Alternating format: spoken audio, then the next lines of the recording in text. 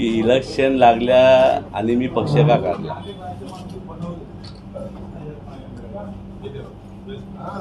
कारण की आतापर्यंत येणारे प्रत्येक इलेक्शन जे आले आमच्या समाजाचा फक्त वापरच झालेला आहे। इलेक्शन आला की वापर, इलेक्शन झालं की फेकून देणं। आणि जो समाज आमचा आहे या समाजाचं प्रतिनिधित्व या येणाऱ्या विधानसभेमध्ये जावं आणि पक्षाच्या माध्यमातून जनतेला न्याय मिळावा आणि पक्ष स्थापनच का केला इलेक्शनच्या पहिले ते पण एक हे आहे। कारण की आम्हाला जर आमच्या पक्षांनी सामावून घेतलं असतं तर मला पक्ष करायची गरजच भागली नसती। आज आमच्यामध्ये नेतृत्व करण्याची क्षमता आहे, काम करण्याची सुद्धा आमच्यामध्ये कला आहे, समाजाला न्याय देण्याची सुद्धा आमच्यामध्ये कला आहे। परंतु आम्हाला कुठेतरी डावलण्यात येतो, आमचा वापर करून घेण्यात येतो आणि आम्हाला ज्या दिशेने आमची वाटचाल असते त्या दिशेने आम्हाला जाऊ देण्याचा प्रयत्न होत नाही, आम्हाला थांबवण्याचा प्रयत्न होतो। तर येणाऱ्या विधानसभेमध्ये पक्षानंच सत्तेची वाटचाल भोगावी, सत्तेकडे जावं। कारण की मी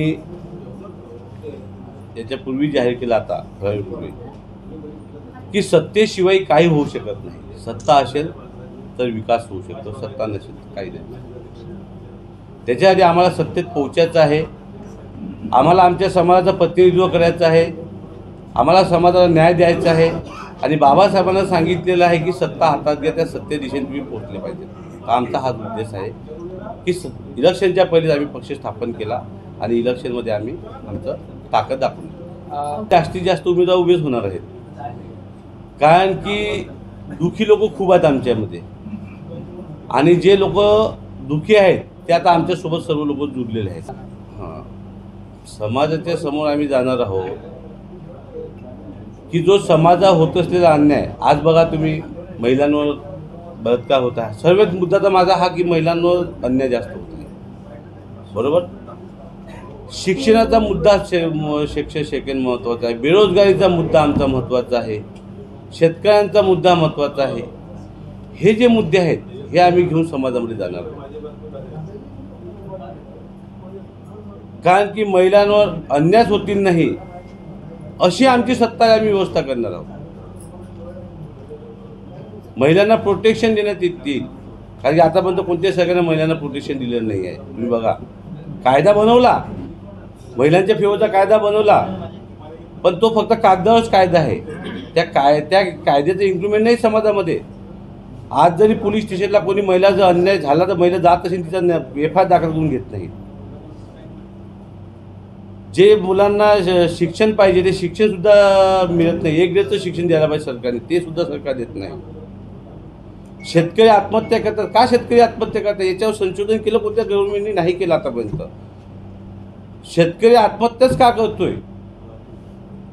कारण की शेतकऱ्यांना पुरेपूर जर पाणी मिळालं शेतीला त्यांच्या, तर त्यांचं शेतीचं उत्पन्न चांगल्या पद्धतीचं त्यांच्या शेतामध्ये येईल आणि त्यांना पाणी मिळत नाही याचा मतलबच आहे की जे बाबासाहेबांना 24 सप्टेंबरला जो नदी जोड प्रकल्प राबवला होता त्याचा आज वर्धापन दिन आहे, तो जर सरकारने राबवला असता आज तर शेतकऱ्यांना सर्व नदीचं जे पाणी आहे हे कुठं गेलं नसतं, ते सर्व लोकांना मिळालं असतं आणि त्यांच्या शेतीची जे पाण्याची पातळी हे वाढली असती, पाण्याची पातळी वाढली असती, त्यांना निसर्गाच्या पाण्याची गरज नसती पडली तेवढी, पण त्यांच्या शेतात तेवढं पाणी ते भेटलंच त्यांना नदीतून, तेवढं पाणी पाहिजे शेतात तेवढं पाणी घेतलं असतं आणि चांगल्या पद्धतीचं उत्पन्न वाढवलं असतं। उत्पन्न वाढलं असतं तर शेतकऱ्यांकडे पैसा आला असता, शेतकऱ्यांकडे पैसा आला असता शेतकऱ्यांना गव्हर्नमेंटचं कर्जसुद्धा घ्यायची बाई आली नसती।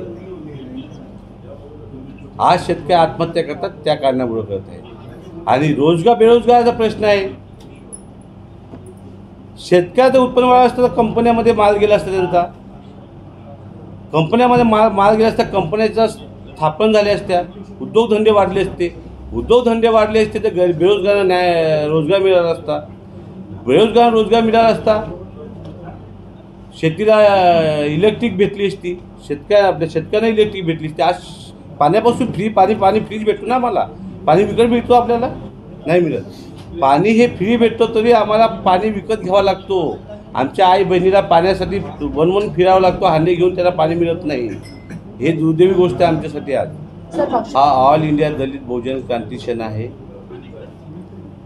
या पक्षामध्ये मी तरुणांना आवाहन करेन की ज्या तरुणामध्ये टॅलेंट आहे, समाजाला न्याय देण्यासाठी, संघर्ष करण्यासाठी, ज्या तरुणामध्ये क्वालिटी आहे, हुशार आहेत, ज्यांना वाटते की आपण समाजासाठी काहीतरी देणं आहे, समाजाची परतफेड करायची आहे, या विचाराशी प्रेरित होऊन त्यांनी या पक्षामध्ये प्रवेश घ्यावा आणि त्यांना त्यांच्या योग्यतेनुसार त्यांना पदं मिळतील, पक्षामध्ये मान सन्मान मिळेल, त्यांचा अन्याय होणार नाही आणि तरुण पिढीलाच मी जास्त याच्यामध्ये हे करणार आहे. कारण की त्या पुढचं भविष्य जे तरुणांच्या हातातच आहे आणि आम्ही तरुणांना घेऊनच काम करणार.